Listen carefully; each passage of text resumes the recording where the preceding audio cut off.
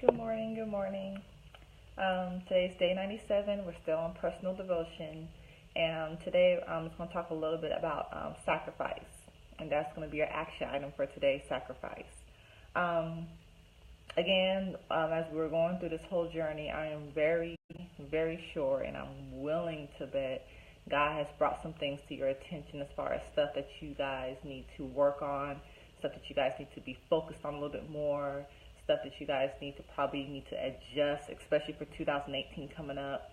I'm very sure, I'm willing to bet, I'm very confident God has brought something to your attention. So, as far as willing to, let me try to word this right. Um, Willing to, I guess, in sorts, kind of sacrifice to let go of, because usually these things are keeping us stagnant.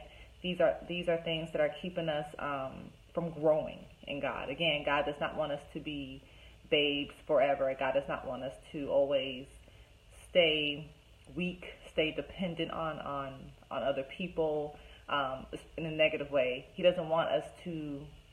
He wants us to grow up. He wants us to mature. Good morning, Kim. He wants us to be able to work with Him without having these things, these weights. I guess Paul calls it like the weight of sin or weight of distractions or weight of insecurities hold us back. So, as God has shown you guys these things, what is it that you are unwilling to sacrifice or to let go of for the sake of growth? What is it that you're unwilling to sacrifice to move forward in God? What is it that you're unwilling to sacrifice to have that relationship with God that you so desire? What's holding you back? And if you really think about it, the things that we are unwilling to sacrifice, and it could be anything. It could be a people, it could be things, it could be ideas, it could be desires, it could be aspirations. And granted, again, God knows the desires of our hearts. He knows that we have goals. He knows our heart's content. So it's not like He's trying to take away from you just to take away from you. No, these are these negative things that I'm talking about that are keeping you from Him. That's keeping you from being the person that God has called you to be. That's keeping you from living this abundant life that God has originally intended for you to live. So, these things that we are unwilling to sacrifice, if you really think about it, it can be a form of idolatry. And either God will just, as you can see the patterns in the Old Testament, either God will destroy it or He'll let these idols overtake us, which would be a shame. So don't let this idol hold you hostage. Don't let this idol keep you stagnant. And just for clarification, the idol doesn't necessarily mean something that you worship over God. It can be also something that you put above Him, or something that you put in front of Him, where all that you see is this idol and you don't see God at all, or you don't allow God to move. So it's not necessarily something that you worship. It could be also something that just stands in His way. So what I had in mind for a kind of low-key teaching today, because I really was supposed to teach, but the thing that had came to mind as far as what people are unwilling to sacrifice is time. I think time, again, I think is one of the major, downfalls for us who struggle with consistency, because some of us have legitimate busy lives. We have kids, we have jobs, we have side businesses. We are busy. However, I think that that's also a time that this is also a thing where God is kind of challenging us, because we need to spend time with God. That is something that you cannot, if you desire to have a relationship with God, you need to spend time with God. The same way if you desire for your marriage or for your relationship or the person that you're dating or courting, you need to spend time with them to have an actual real relationship with them. So it's the same time with God. So remember, as you sacrifice more of your time for Him, as you give Him the first fruits of your day, as soon as you wake up, go ahead and make time for Him. Remember that time with God is never time wasted. And my mind as well as on my notes. Time with God makes your time with men and elsewhere a whole lot more effective.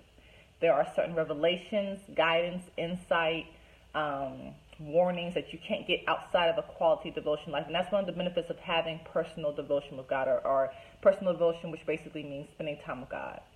While you pray, praise, worship, read your word. There are some really key benefits to consistently spending time with God, because there are some things that you will not receive otherwise. I mean, granted, we do have church, we do have corporate worship, but your one-on-one time with God is like nothing else, and it cannot ever be replaced with anything else. So your action item, I'm closing. Sacrifice something to God. Sometimes you don't need to be prodded to sacrifice something to God or to give something to God. And if you don't know, ask Him. Be sure, though, that you are led by the Holy Spirit. God does not want you to sacrifice babies or anything like that. You don't have to go crazy. Just ask Him. And I promise you, you will get a response if you listen out for it and if you're patient for your answer. So don't go crazy in sacrificing your child or something extreme like that. God does not want that. This could be something that's very simple, giving Him more of your time. Again, waking up earlier or going to bed later, or just simply just cutting out something out of your schedule. This could be you giving more financially, giving more in 2018.